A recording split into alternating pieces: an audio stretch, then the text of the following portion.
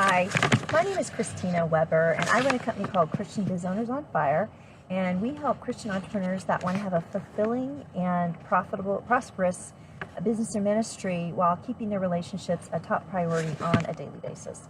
And today it's Talk Life Thursday, and we're going to talk about distraction. And the remedy for that is a tool to help you focus. Distraction can be a big problem for entrepreneurs.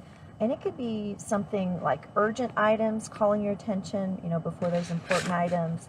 You could just be having stress, and that's making it hard for you to zone in on what you need to do.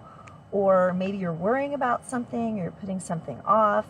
Or it could be clutter, it could be a distraction. You keep seeing different things on your desk that you think you need to do next instead of being able to focus on one thing. Or maybe you had like a negative interaction with somebody on an email or a phone call or something like that that you keep replaying in your mind.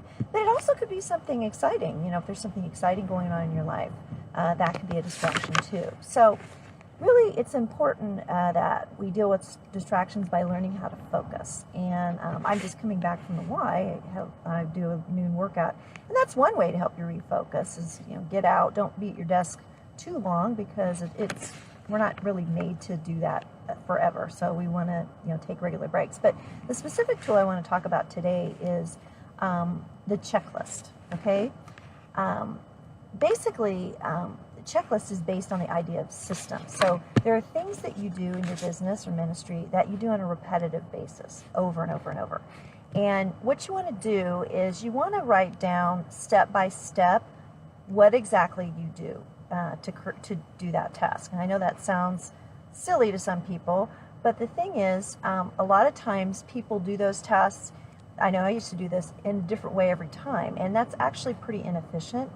So you want to identify how you do it, and then you constantly tweak it to make it work better. You may figure out, well, this kind of caused a problem, so I'm going to do it this way, this way, this way. And you'll fine-tune it. And you may be amazed. You're going to save some time over the long haul by doing that. But the key is to create that system.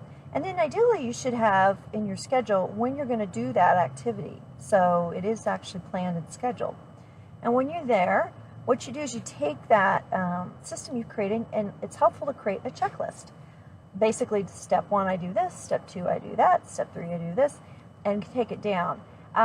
That is particularly helpful when you're having issues with distraction, because sometimes that's the only thing that can kind of zone me back in is having that checklist. Now, I may not be as efficient with it if I'm particularly distracted, but I'm better off than if I'm not using any guide at all or not clear on what I'm supposed to do. So just a quick little tip. And when you're creating systems, you don't have to do them all at once. Just add 1 or 2 in a week. Again, create a little Word document or Google spreadsheet or something where you keep them written down. And you'll find it'll really give you a nice, you won't have as many wasted days if you are using this system, because even on your not so hot days, you'll have a process for bringing you back into focus. Hope that helps, and I'll see you next week. Thanks.